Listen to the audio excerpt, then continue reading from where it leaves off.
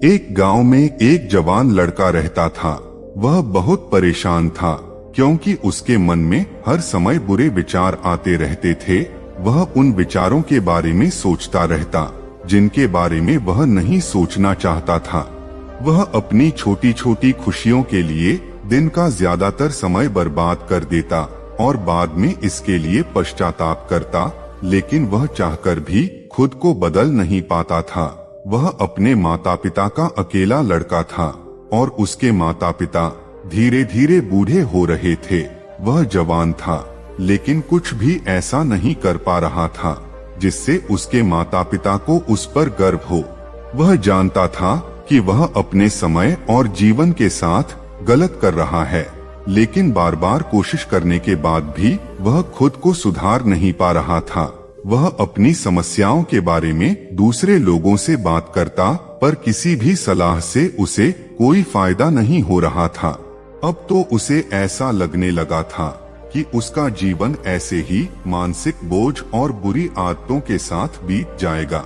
इसीलिए वह बहुत उदास और परेशान रहने लगा था। एक दिन ऐसे ही अपने विचारों में खोया हुआ वह गांव के तालाब के किनारे बैठा हुआ था।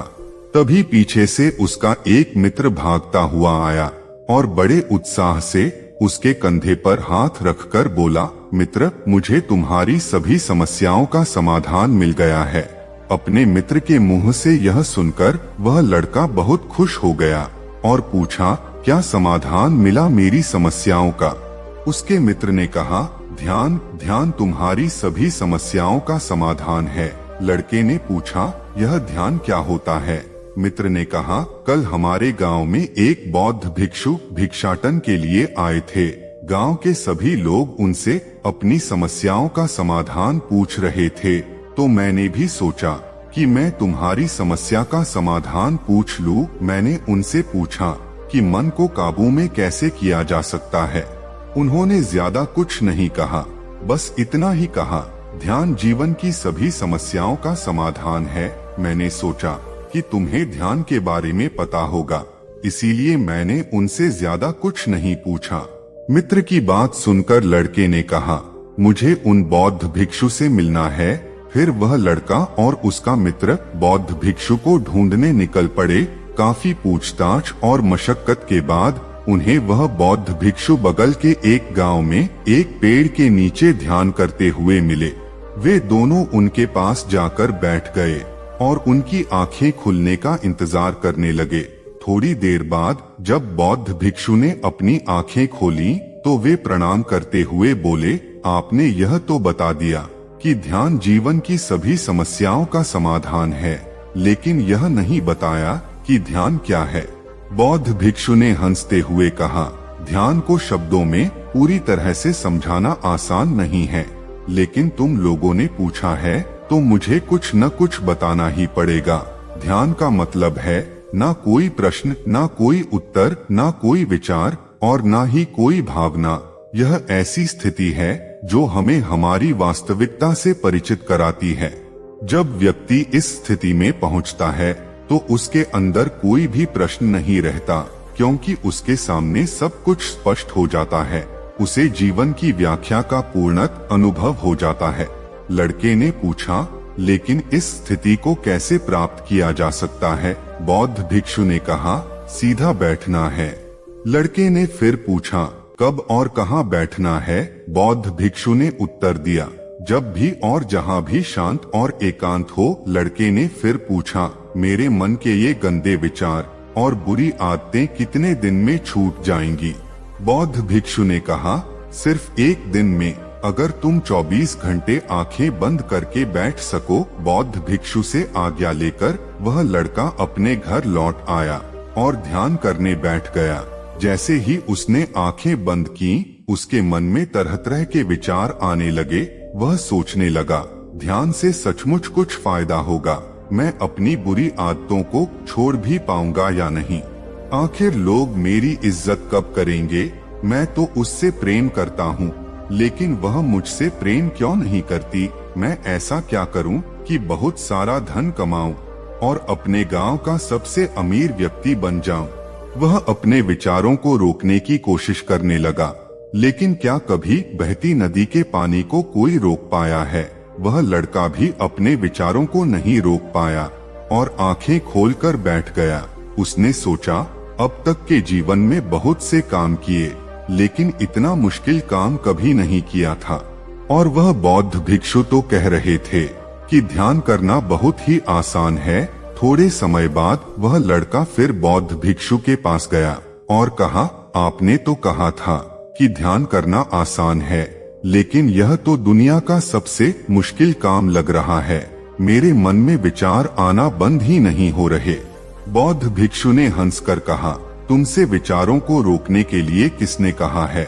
लड़के ने कहा, तो फिर विचार रहित स्थिति कैसे प्राप्त होगी? आपने तो कहा था कि ध्यान में कोई विचार नहीं होते। बौद्ध भिक्षु ने उत्तर दिया, हमारे मन में हर समय बहुत से विचार आते हैं और चले जाते हैं, लेकिन हमारा मन उनमें से किसी एक विचार को पकड़ लेता है और उससे जुड़े विचारों के बारे में सोचता चला जाता है।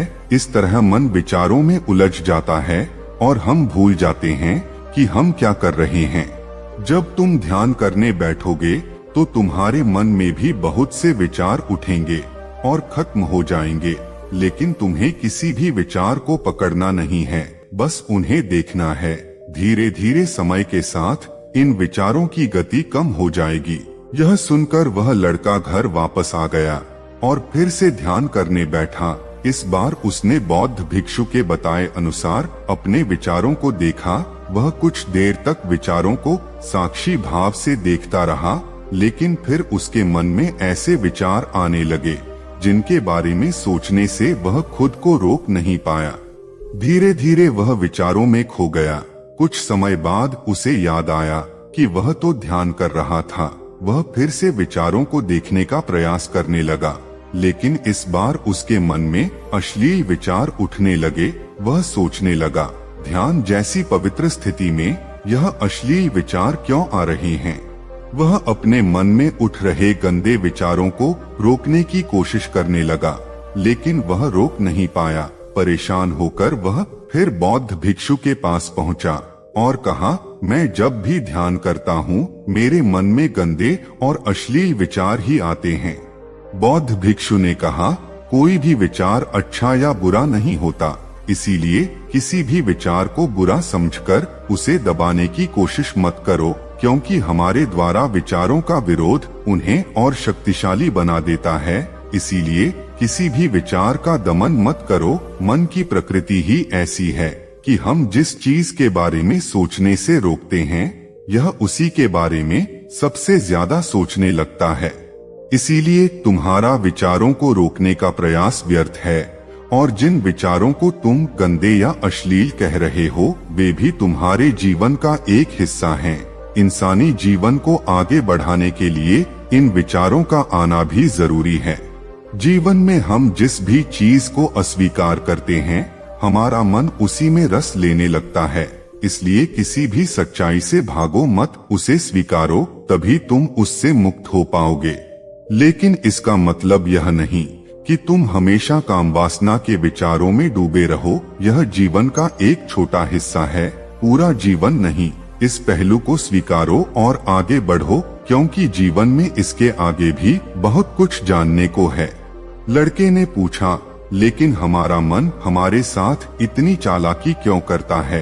क्या हमारा मन हमारा शत्रु है? बौद्ध भिक्षु ने कहा, नहीं, मन हमारा शत्रु नहीं है।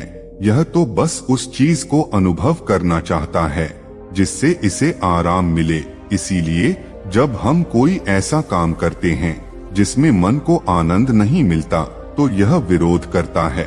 अगर तुम अपने मन से बुरे विचारों को खत्म करना चाहते हो, तो अपनी आदतों को बदलो। आदतें तभी बदल सकती हैं जब मन तुम्हारे काबू में हो, और मन तभी काबू में आएगा जब तुम खुद पर संयम रखोगे। इससे लड़के को अपनी परेशानियों का हल मिला। वह नियमित रूप से ध्यान करने लगा, जिससे धीरे धीरे उसकी बुरी आदतें और मानसिक परेशानियां दूर होने लगी। दोस्तों, आज की वीडियो में बस इतना ही।